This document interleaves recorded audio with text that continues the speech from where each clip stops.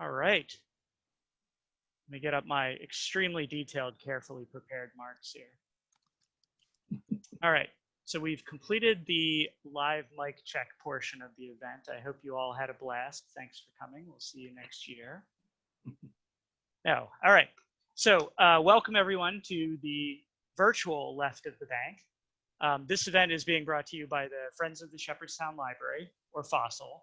I did not come up with that one. Historically, left of the bank has taken place in an enclosed space with a large number of people mingling and breathing on each other for several hours. Thanks to the current COVID-19 pandemic, which has rendered such activities morally questionable, if not an outright civil violation, we initially took this event off the list for the year.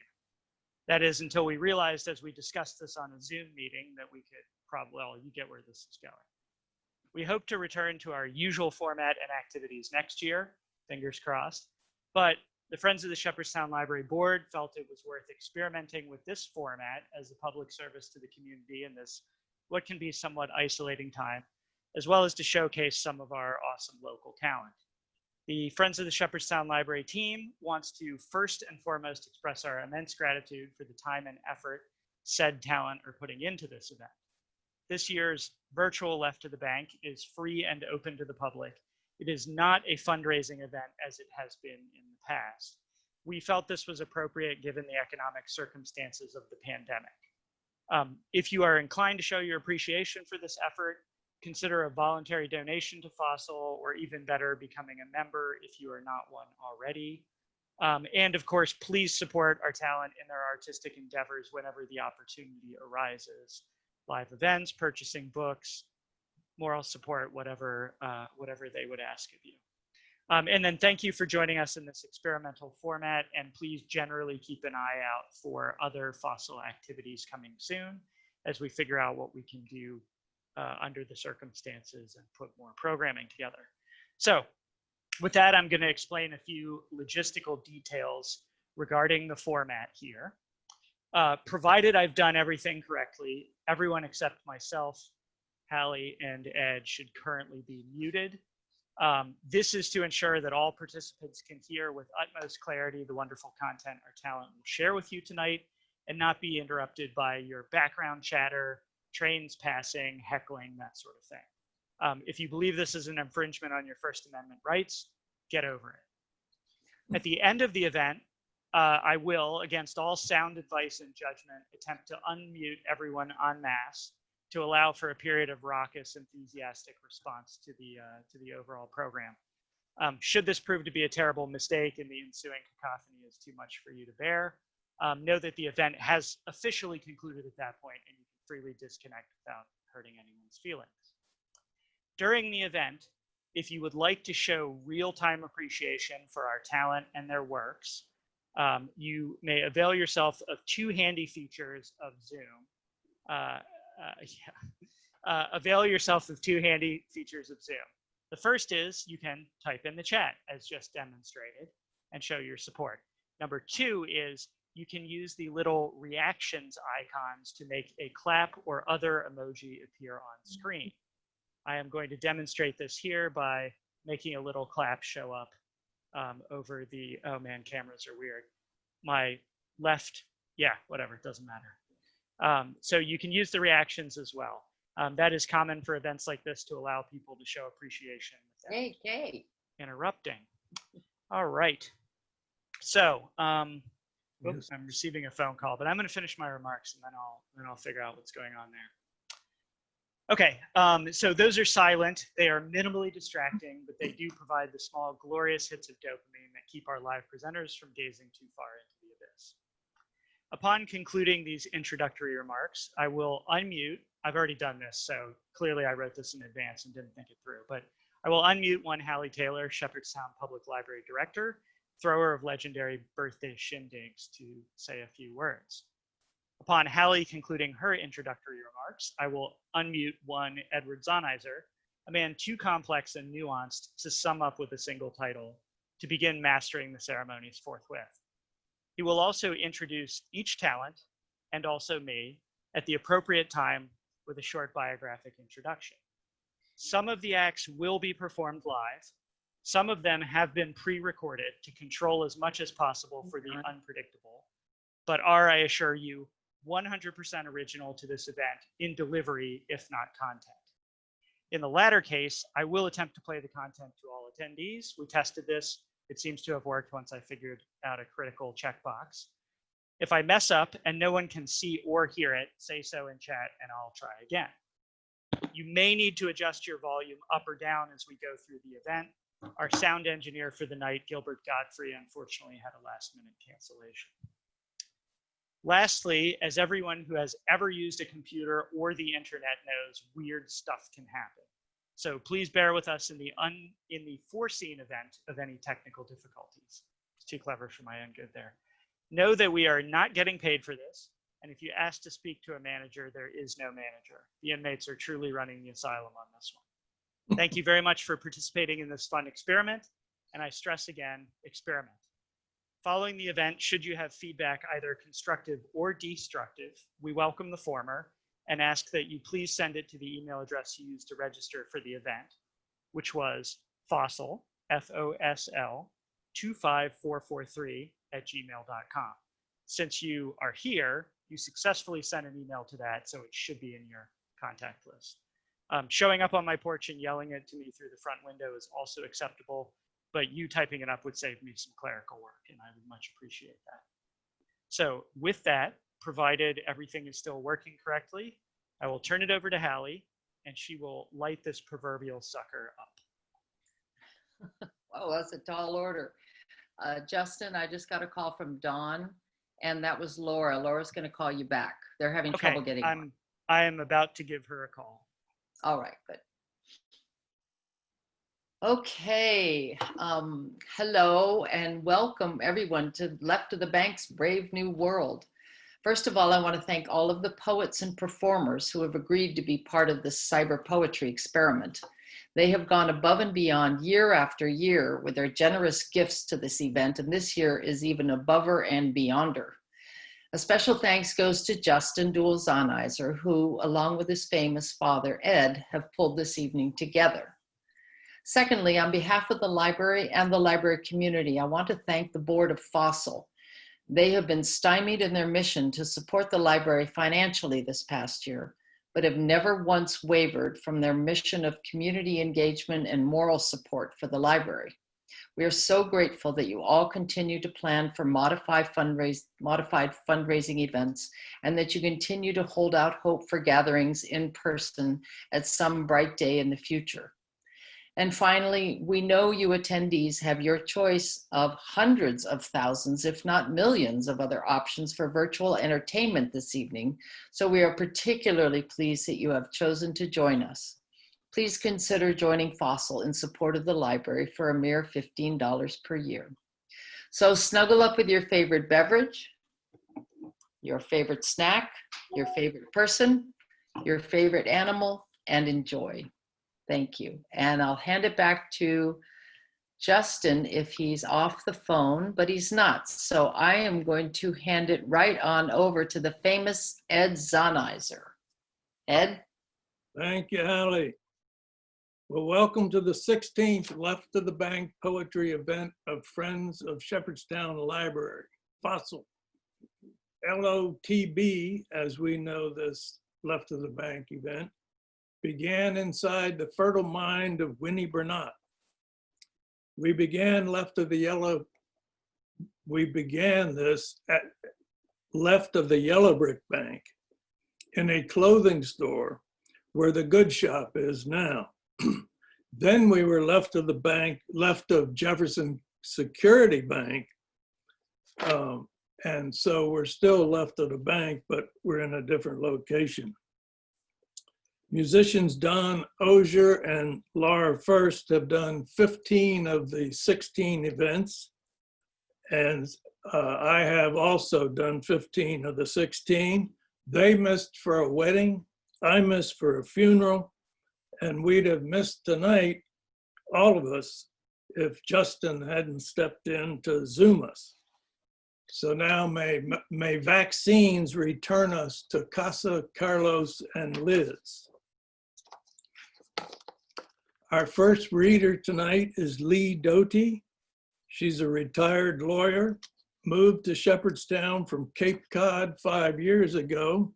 She received her MFA in creative writing in 2008 and now writes short stories and murder mysteries.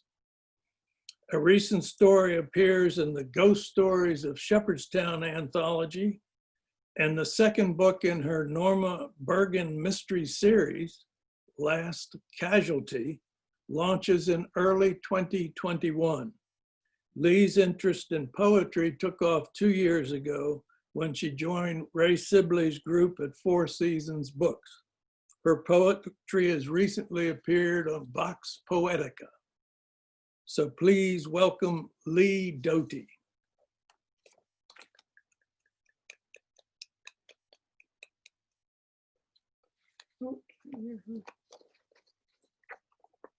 And she needs to be muted, unmuted. No. Justin's in control. It should give you, Okay. there we go. Am I okay now? Yep, you're good. Okay, great. I have, great. I have 3 poems to read tonight, and my first one is titled, I Enjoy a Good Sit in a Small Cafe. I enjoy a good sit in a small cafe where the coffee's hot and the waiter's scarce, and my brain's popping thoughts like a semi-automatic causing chaos in a village till it's closing time. I enjoy a good look out the window in the kitchen when a sliver of pink peeks over the mountain, a pale wedge prying open the day, a new day to plan, even though any plan at its core carries forfeit. I enjoy a good break on a bench by the breeze sweeps me off for a long, stable hover over a deep, dark mistake, its ripples still traveling to distant cities.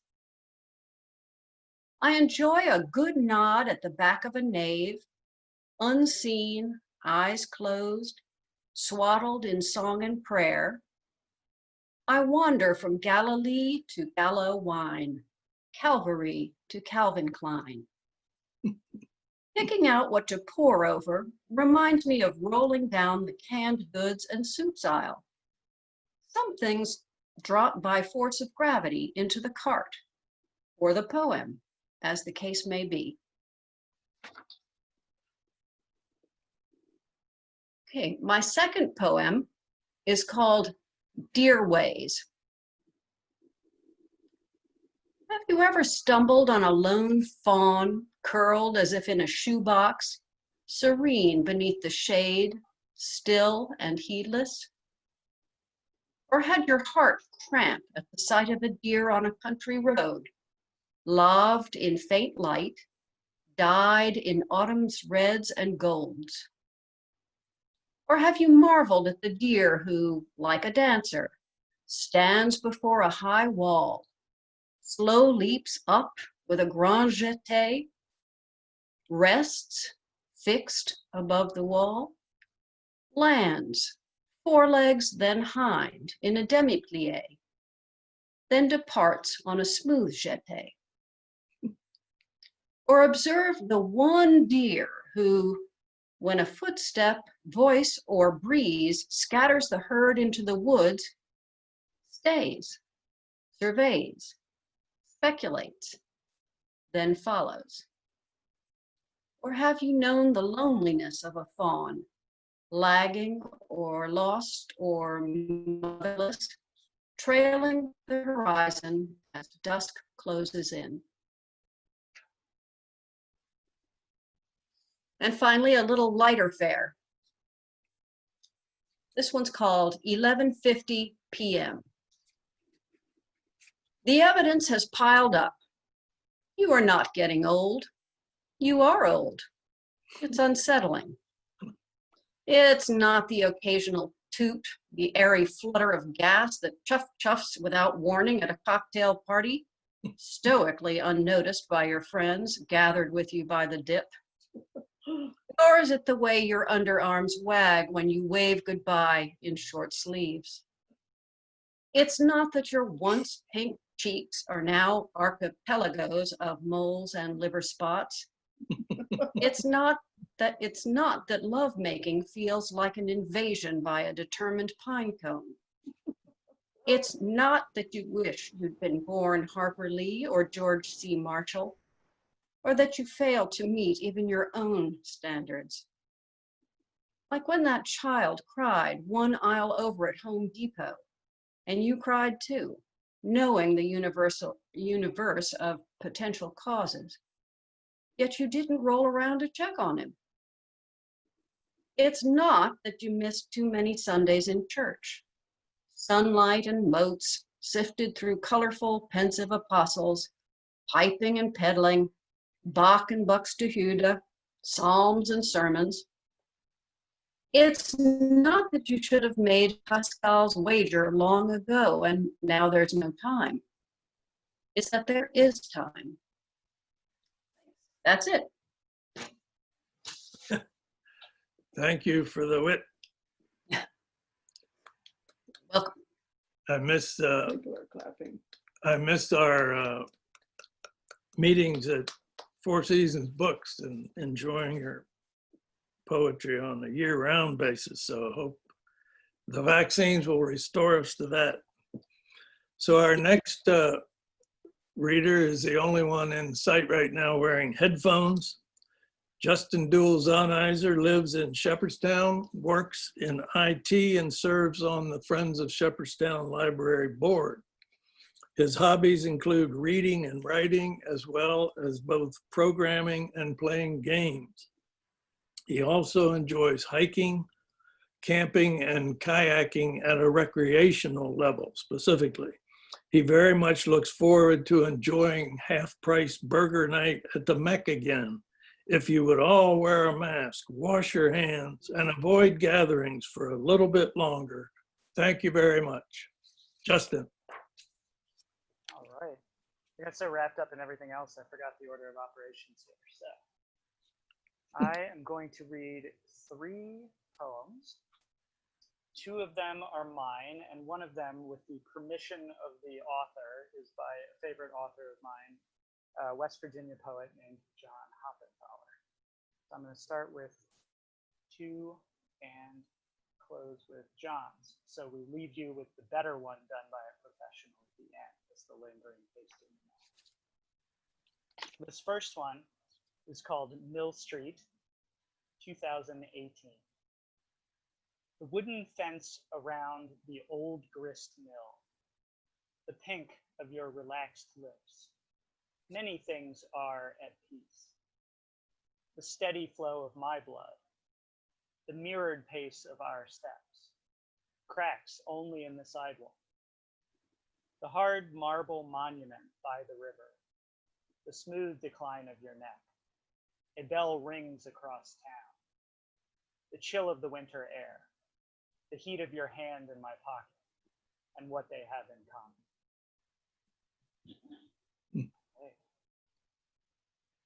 Could be louder. I'm very bad at writing long stuff, so this is going to go quickly. All right, and this next one, which is from this lovely publication, is called, oh, sorry.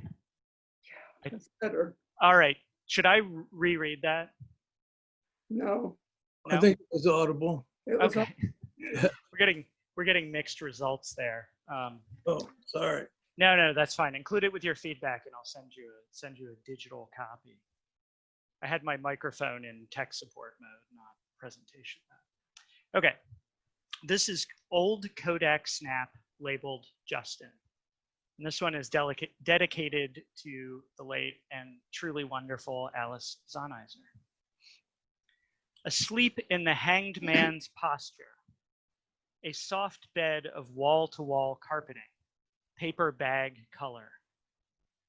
This 3-year-old kid, 3-year-old wind-up toy has run out of string for a few half hours until some cartoon pulls it again.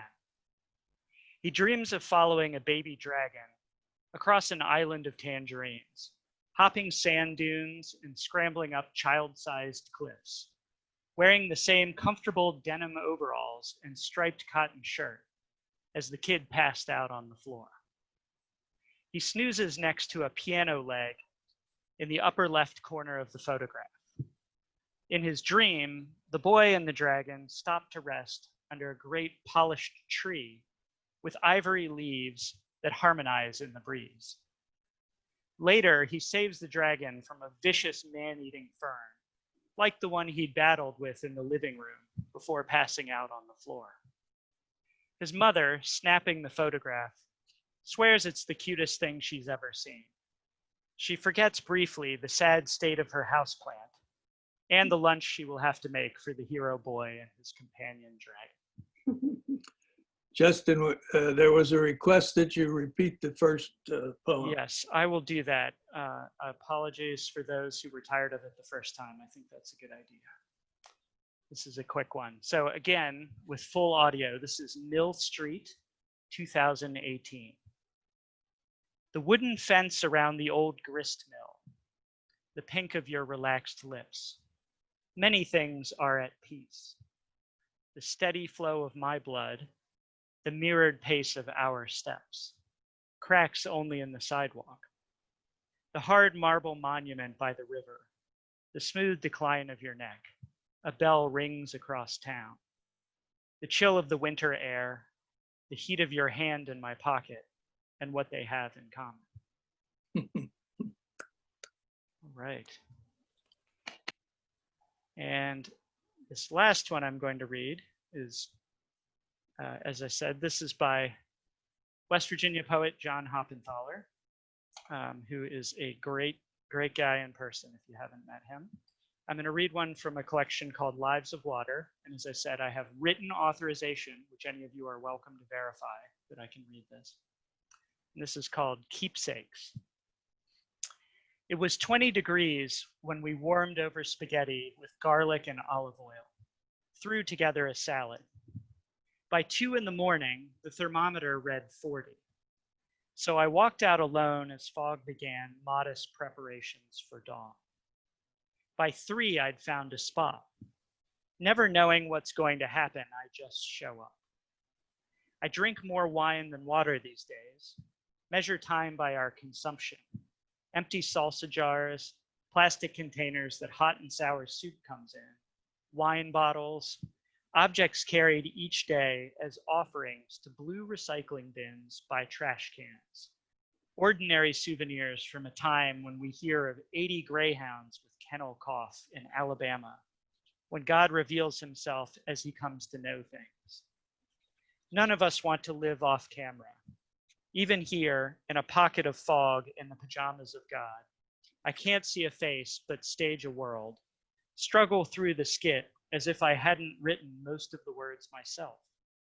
But it's not like it's all bad. This place where familiar gestures thankfully lose their meanings. A nod can stand for never. A slight turn of someone's hand, everything. When the flat disk of sun begins its work, I'll be back. You'll wonder where I've been. A kiss might be enough. Maybe you'll sigh, roll toward me. Soon sleep will find us somewhere we never thought it would, deciding together which of our keepsakes should be stored in the attic. Parents are copying.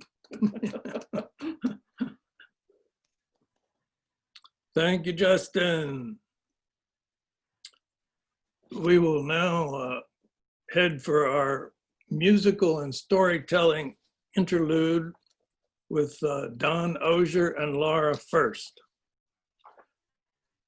But I'll read Laura second. Don Oehser was born in Hoosick Falls, New York, in a log cabin which he helped his father build. At age 4, he studied guitar with 2 of the great suburban blues legends, Blind Lemon Pledge and Lawn Boy Williamson. In addition to his solo work, He has recorded and or accompanied and or performed with many musical artists, most of whom you've never heard or wouldn't admit to having heard. He enjoys spending his days sitting peacefully on a park bench, listening to passersby and counting how many times they use the word like.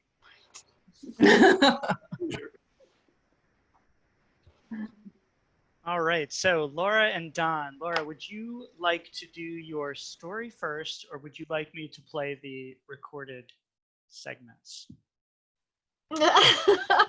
Well, you all know me. I'd like to just sort of bow out right now. But, this is our new kitten. This is the poet. This is the poem. This is the poem right here. Oh, nice. Oh, oh, there you go. There you go, Paul. Man, Paul said as bolt upright as he's been this entire time. Good evening, everyone. I am a storyteller, and I usually rehearse my stories for a while so that they're polished and perfect in every way. And the story behind this story is that I just heard this story a few days ago. So what I think I'd like to do before the song is maybe do my best to just briefly tell you about the story. What a cop-out, but it still comes from the heart. This I'd like to introduce you, if that's okay. Oh gosh. All right, go ahead. Oh, sorry, I jumped the gun on that one. That's my fault. No, it's, it's all just a matter of orders here. So, Laura First Spirit, which is you've just witnessed, often visits Ballachulish, Scotland, while she sleeps. There rainbows meet her footsteps and seals call to her from the sea. She rests by the onyx stone and drinks from the well of Adna Morkhan. She hikes with the wolf and collie and dances with the goats under the moon in spring. By day in the land of Mary, she loves the smell of wet wool and invites the weary to sing and paint and remember their spirit's longing. She tells stories of the soul's journey that only the wise may dare to ask for by firelight and drum. Laura First. I must have been drinking when I wrote that. What do you think? It's such a common bio. Anyway, Maria Gillen, who is a new friend of mine, thanks to the magic of the wind of the internet, told me this story, and I'll try to succinctly tell you a little bit about the story because it has to do with the song that I chose for this. This story is touching because most of my tales begin with once upon a time in a land that never was. And this story begins with telling you that this story is true. And what she told me was that in the 1840s, there was, as we know, a fungus that attacked the crops in Ireland. Some say planted by the British, who knows, but the people were starving. The people were starving. They were dropping by the roadsides as they walked towards harbors. And one family, one tribe of the land of Erin was the O'Brien family. And they gathered together in this story in the dricht gray rain on the beach by the cove near Kerry. And it was decided by the O'Brien elder that those that were healthy enough in their family would travel to America so that the elegance of their ancestors would live on through the children, so that the family line would not die. And in the story that she tells, this heartbreaking scene in which the family actually had a wake for themselves, and they sang the song of Fir Avata, which is a song about the deepest love for one's homeland, the homeland where they know every hill, every otter, every seal, every rock. And they sang this song together. And then as they climbed aboard the ship, the elder of the O'Brien clan went up onto the cliff to watch them move out across the ocean, never to see them again. And in this story, a cloud comes across from the top of the ocean, gray and windy, and curls around this elder as he sings and moans and the rain beats on his gaunt face and the hollows of his eyes, and he sings them away, and he sings them the song Firavata, which is about remembering your homeland. And in this fairy tale, which is true, the cloud took in his song and carried it with the ship across the ocean, across to the Americas, where it found a warm spot above a grove of yellow, quivering aspens. And the aspens were especially yellow because they were lit from underneath by a fire where an old man slept. He slept and he dreamed of the Trail of Tears, and he dreamed of the Choctaw Nation, and he dreamed of how thin his people were and how they were dropping dead by the side of the road. And as he dreamed this dream, he was singing to his ancestors, "Hey-ya, hey-ya, hey-ya, hey." And another song entered his dream. And the two songs swirled and danced with each other in the flames. And in the liminal nature of his dream, he heard the meaning of the song Hiravata. The song, the words were, "Help me, help us, our people are starving, we are dying." And he heard the words of his own people, "Help us, help us. We have no hope, we are dying, our children are dying." And when he woke, he rose from the fire and using his walking stick, gathered the people of the Choctaw Nation of his tribe around him and said, "I have had a dream and we must help the people of the land of this song." And they recognized the song and they said, "That is from the Irish. We're not going to help them. See that one? He kicked my wife yesterday. See that one? He is from Aaron, and he silenced my children, and now they will not speak. We will not help them." And he walked around, and he looked each one in the eye, and he said, "They behave that way because they have been separated from the elegance of their ancestors. And we will behave the same way if we do not honor our ancestors and help the tribes of Aaron." And they walked all day. And what is true is that when they gathered, they took what possessions they could and they raised $176, which is a princely sum of money for that day. And with that money, they talked about what they could do and they bought corn. And they put barrels of corn on a ship and they sent it to Kerry. And the corn in Ireland was distributed, small bags, hand to hand, hand to hand. And it was planted and it was ground and the people began to eat and the mothers were able to breastfeed and the elderly did not die so soon or wither away. And they say that this Indian wheat still blows and grows in the land of Ireland. In 2020, it is also true that the Hopi and Navajo Nation put out onto the wind of the internet a call for help. Help us. We are dying because of COVID. Our shelters are small. Our elders cannot separate from our youth. We have no food. Our stores are closing. Help us. And one woman saw this and sent $10 and a love letter to the Hopi Nation. And it was published in a local paper in Ireland. And another person sent money and another person. And a trickle of money became a river of love and it became an ocean of love. And what is also true is that recently a statue was put up in County Cork in Ireland. And it's an iron statue of feathers that fall into the shape of a bowl, a prayer bowl. And the Navajo Nation and the Hopi Nation and the Nation of Aaron, they all came together to dedicate it. And the name of it is called Kindred Spirits. And that is a true story, and I hope that you liked it. You want me to play Virabata now? Sure. All right. All right. This is the screen sharing portion, which is dicey. Hang on. Let me get this going. Okay.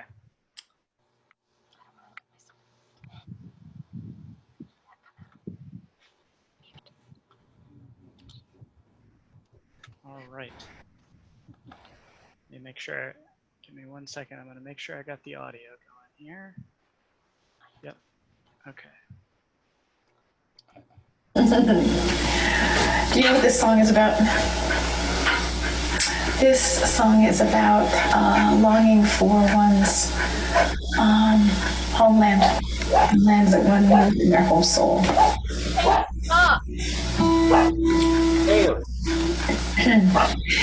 Here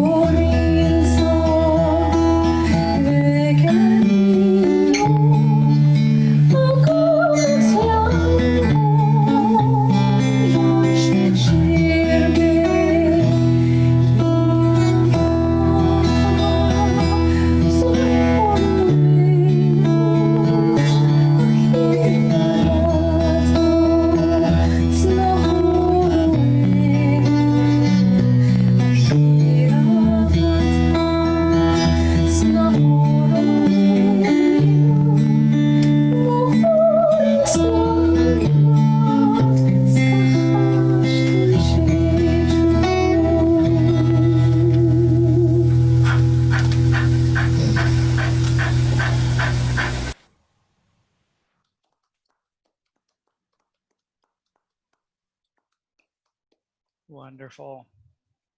All right. Judging from the reaction, the audio worked correctly. Yes. Fantastic. All right. Thank you, Laura and Don. Next, I would like to play one, and I've been given total control over the order of these play. So I'm going to pick a musical number by the aforementioned Donnie and cue that up.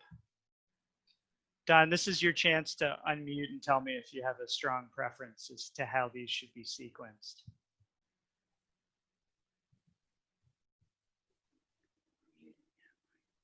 says need to be muted. No. It's so confusing. There we go. Shake my head. There you go. Shake your head no. All right. I don't have a strong preference. You're leaving me with total creative control. All right, hang on. All right. We are going to do Red Haired Boy by Donny Oehser on the dobro. Let me get the share going here.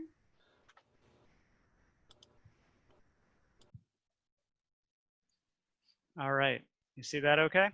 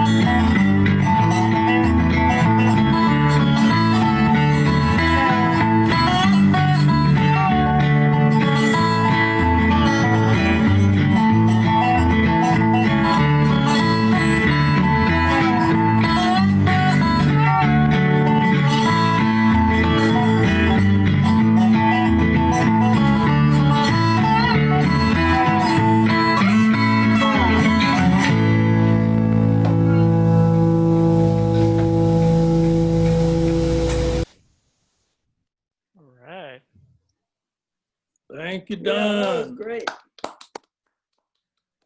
All right, and I think we're gonna proceed Oh. here. And Don, what I want to do at the end after we do the raucous They did applause, that so I could. play us out with the thigh top steel git number, if that works for you.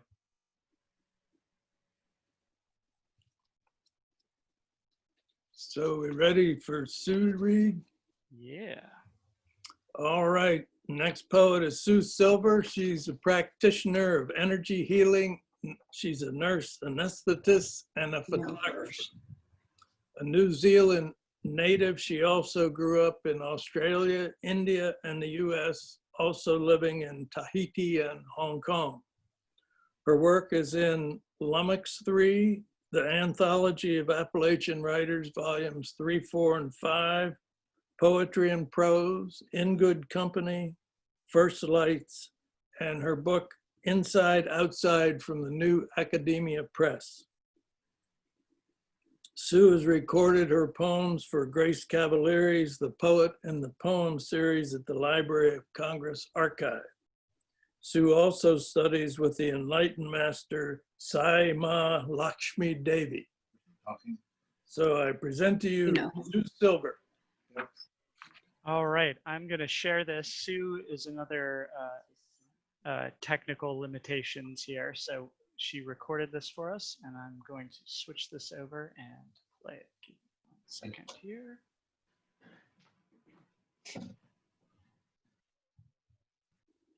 All right. Sue Silver. Good evening. My name is Sue Silver. I'm so pleased to be reading my poetry to you, sharing my poems with you here at Left of the Bank over Zoom. This first poem is a poem about a time when my family flew from, well, I think we might have gone by ship actually, but we went from the United States to New Zealand. And I decided that I would go surfing. I was a young teenager. I'd never done it before. This is called She Rides the Waves. At Waimea Beach, the surf breaks far from shore.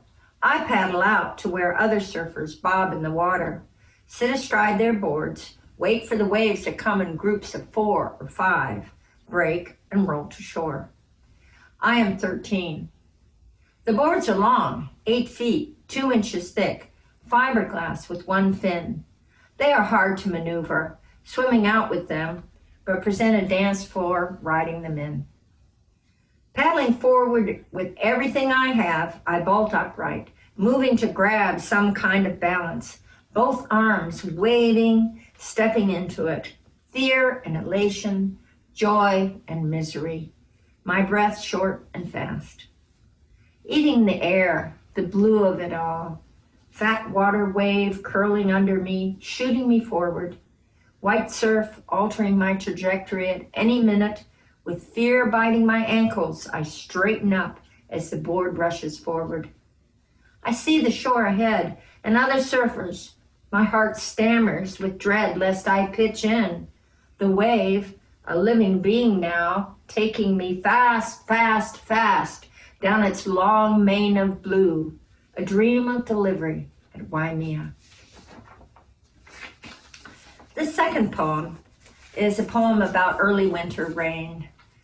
Something about early winter rain, it just is very special. Even the cat knows the value of this rain, the way the air is washed, the light just so. She calls at the door and I let her out. She takes her seat on the porch to hear the ripeness of rain and its changing tones, loud and soft, its varied voice. She taps on the window to come in, muse and snacks, and I then once back out. I lie in bed all morning with this rain, an excuse to lollygag. The cat joins me. We nap and stretch. I read a bit and we nap some more.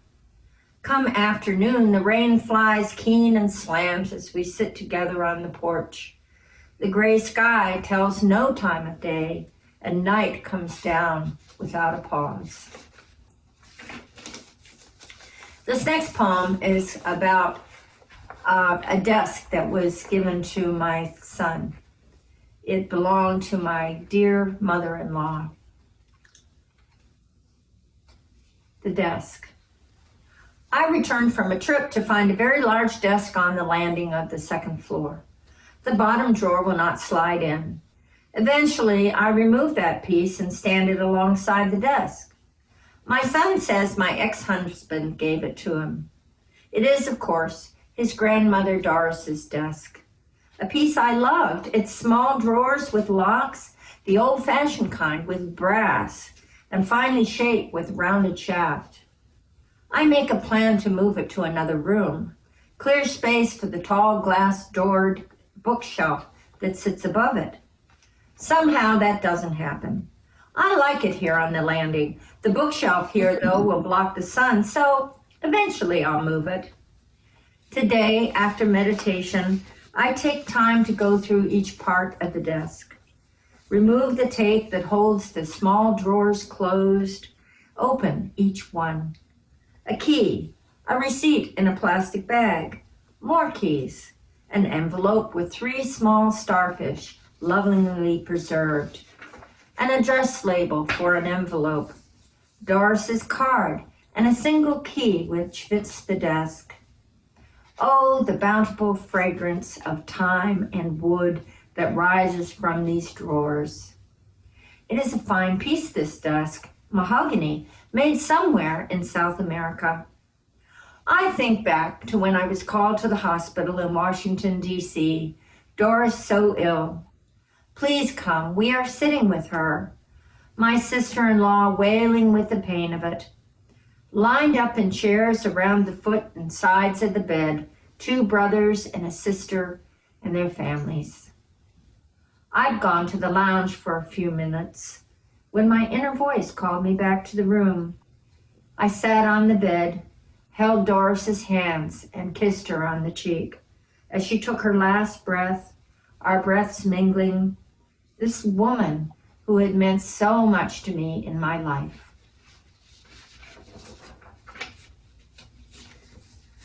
This next poem is another poem about the wind. This one I wrote in the United States here, in Shepherdstown, in fact. You know, we get those very big winds every now and again. And it reminded me of a trip to New Zealand to visit friends there. They live near a lake, have a beautiful vineyard, and this poem recalls that time. The March Gale. The wind has taken me, it tunnels from the sky, clouds race from horizon to horizon. We don't often see a gale like this. It blows for days, comes in waves of heavy blasts, a rest, then even stronger, a crash of music. I've been other places where mountains rose above a lake and framed the snow-capped skyline. Blowing downhill across the water, she comes whipping the laundry dry in minutes. I look to see what I can let go of, old emotions, stories, things unforgotten, unforgiven. I stand in my yard under this full moon. Distant clouds filter the light, a clack of branches, then stillness as the wind suddenly drops. Inside, I brew the tea and listen, take in a complete breath. This next poem is called Conscious Awareness. And again, it is about my beloved Mother Earth. I have a great love of nature, and many of my poems speak of that love of nature reflected in my words. So I lead a meditation every day, 4 days a week. And my good friend Grace asked me to write this poem, so I did. Conscious Awareness. Breathing deeply, let us center in our hearts, feel our love and gratitude. Connect now with Mother Earth, our beloved planet, Gaia Mata. Here we are in this wonderful opportunity to walk her green hillsides, sit beneath her towering oaks, walk by rolling waters, listen to full-throated song, trilling over rocks and fish jumping from her green depths. Let us know her presence in the changing season. Touch her hands in garden soil. Feel her tenderness, her love for us. Expansiveness of wind through tall grasses. See how she dances there, weaving a wondrous light. Let us bring ourselves to honor her. Return our own love and tenderness, standing as we do.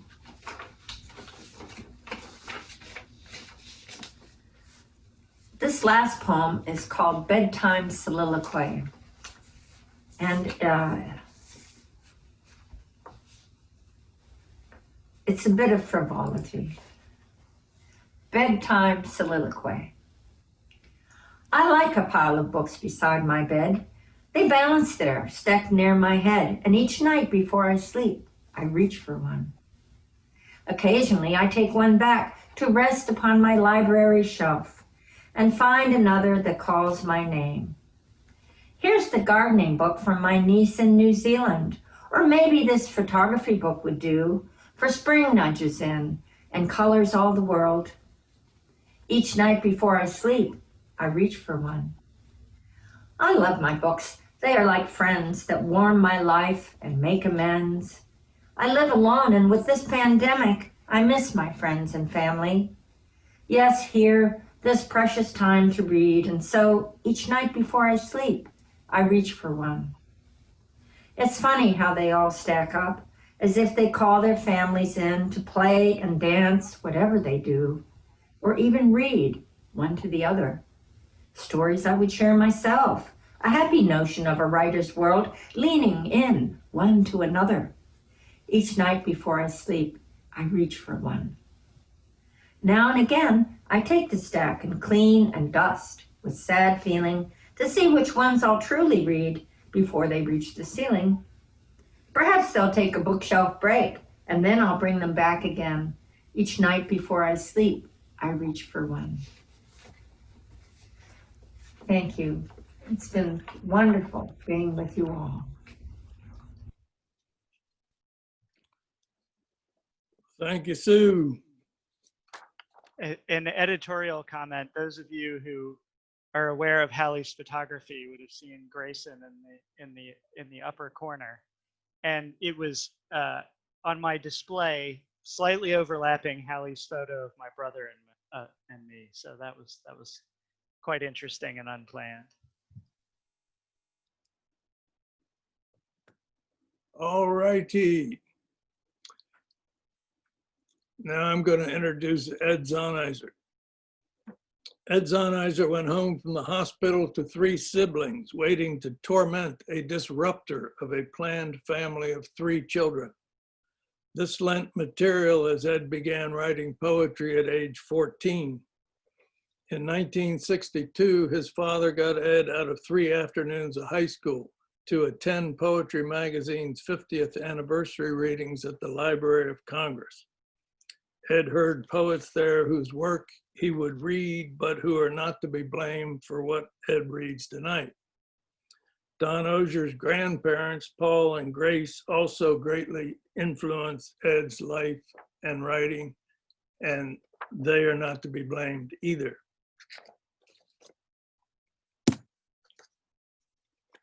This is called Cabin Fever at 98.6 degrees. Into COVID-19's 3rd week, I had night dreams of Aldi store shelves fully stocked and germ-free. There were plenteous bottles of $4.99 wine, not to mention 10-ounce tubs of my favorite spinach artichoke Greek yogurt tzatziki. Mornings before the health warnings grew dire, I monitored our Food Lion grocery store, predicting that when toilet paper shelves emptied and stayed empty, the next run would be on scented kitty litter. Darned if my prediction didn't pan out. Kitty litter shelves went bare next day. Pretty soon, our brand new Walgreens salve ointment shelves were scavenged bare as people succumbed to bad rashes from kitty litter irritants scratchy behind. Toward a COVID school of poetry. Dante self-quarantined against Black Death, which killed his muse Beatrice, and also Francesco Petrarch's muse Lara, inventing modern poetry, even as it killed off 1/3 of Europe's population. Folks now may well fear bears and wolves, but rat-vectored fleas proved the executioners then. Okay, boomer. I say, Ramones, do you hear it possessive like your local pizzeria? Or do you hear the punk band? I say Black Flag. Do you hear Orange and Black insecticide can? Or do you hear the punk band? I say modern art. Do you hear Jackson Pollock and Jean-Michel Basquiat? Or $120,000 banana? I say Don Julio. Do you hear fervent shouts of build the wall? Or expensive bottles of fine tequila?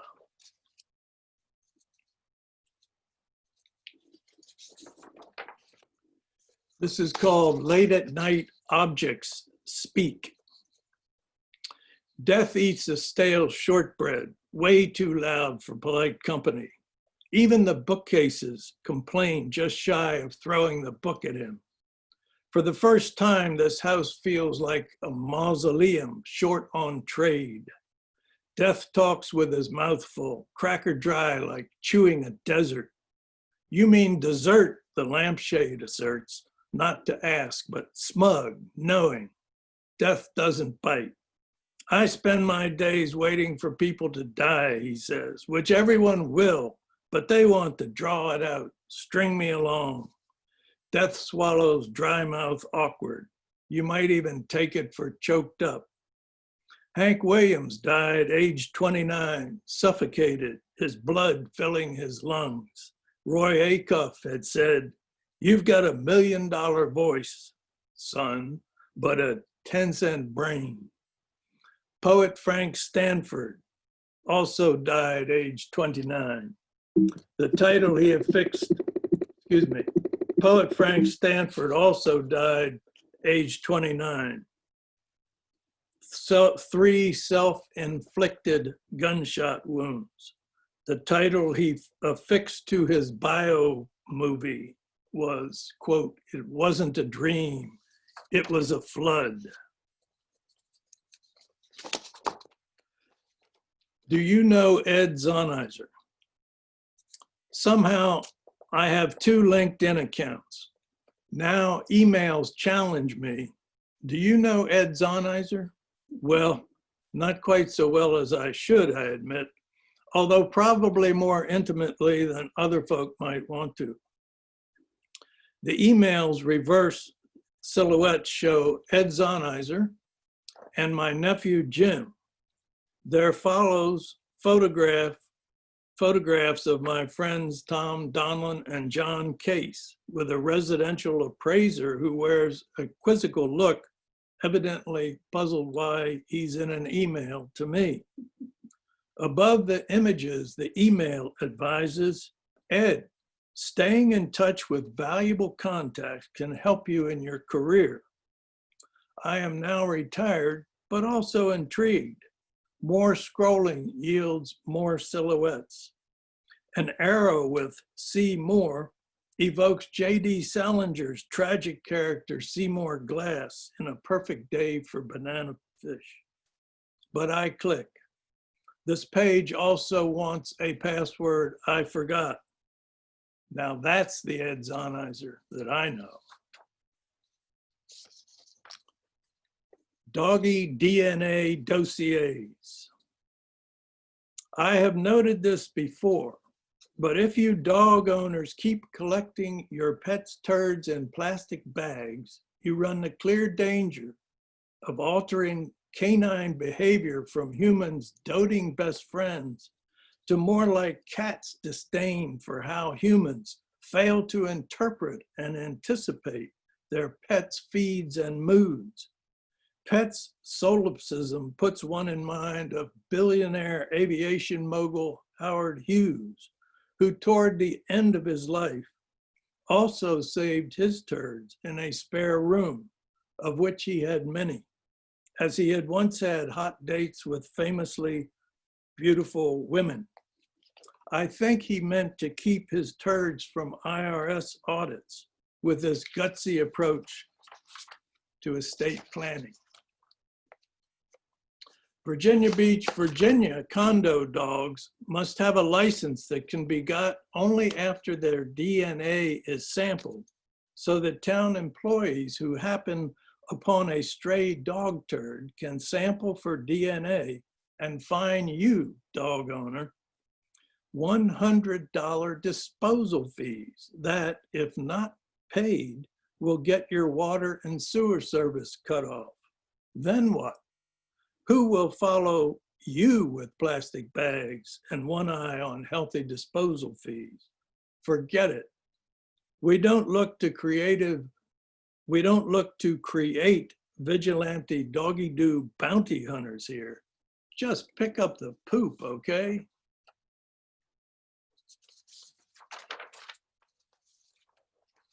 This poem is titled 1962, and it's in memory of Robert D. Richardson, a great scholar of the transcendental era in American literary history, which is now known as the American Renaissance period.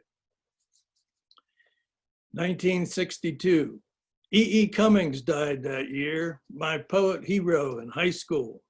1962 was also the 100th anniversary of Henry Thoreau's death. I'd come to know Thoreau in Carl Bodie's edition of his poetry. I later learned Margaret Fuller didn't like Thoreau's poems.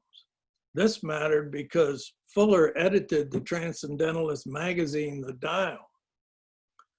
Thoreau should have omitted his poems from his first book, A Week on the Concord and Merrimack Rivers. His mentor, Ralph Waldo Emerson, had self-published a prose book and convinced Thoreau to do likewise with his book, A Week. The book did not sell. Sales were so dismal, the printer shipped the unsold copies to Thoreau.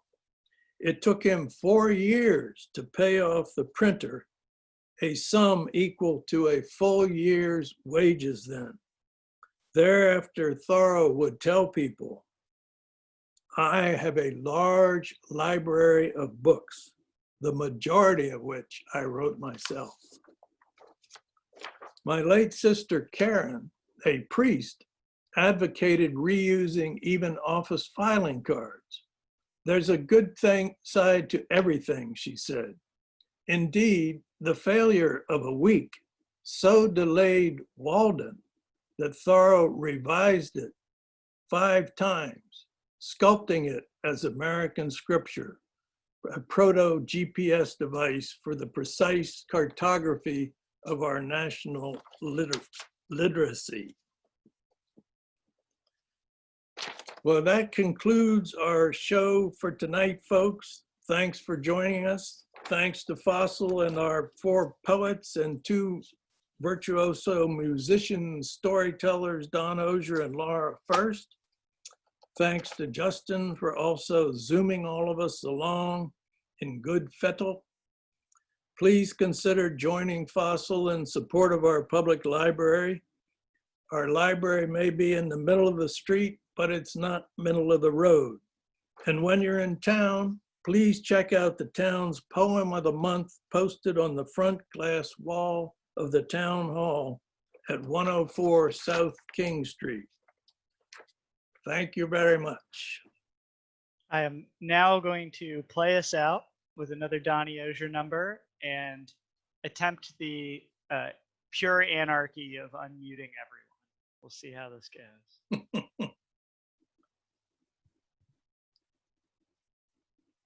It says mute. All right, Right? let me get this going. Muted. You're muted when that red symbol has a slash through it. Down there is what I'm talking about.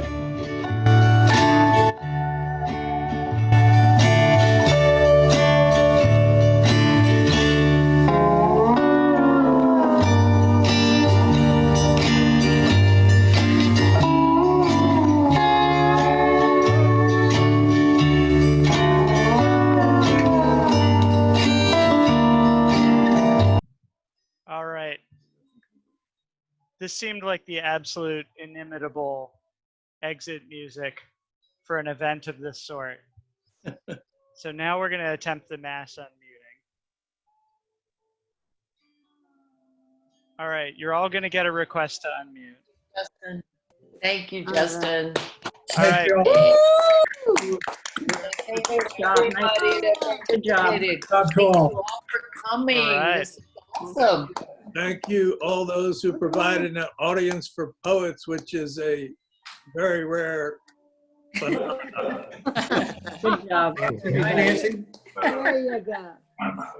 Great job. So Thanks so much. last call, if you enjoyed this or you enjoyed it, but you have an asterisk on it for some reason, please let us know the details of that asterisk. We're interested in your feedback about format, content, lighting, character, anything you choose to comment on, Very interested in the steel guitar. please Awesome. email Awesome the- for a first try. what's that? Awesome for a first try. Awesome for a first try. All right. So Yeah. if you have thoughts that you're too shy to share in real time in a jury of your peers, please send them to the address that you use to register for the event, saving me the clerical work of transcribing it from Zoom to a Google Drive document to be reviewed with the FOSL board members on our next monthly meeting. And thank you, Winnie. Winnie. Special thanks to Winnie, who started all this. Thank you. Hi, Winnie. Yay, Winnie. Hey, Winnie. Winnie. All right, I'll leave this open for a few more minutes for anybody who wants to play with the anarchy, but the official event has concluded and you're all released on personal economy. Justin, thank you. You did a great job. That was awesome. Yeah, that was Thank you fun. all. You're hired. That was really You're fun. hired. Did you say fired? Hired. No, you're hired. I heard an F. You're hired. I'm pretty sure she just said I never have to do this again. No, no. That's I'm sorry, I not what can't it hear think you over the so. awesome music.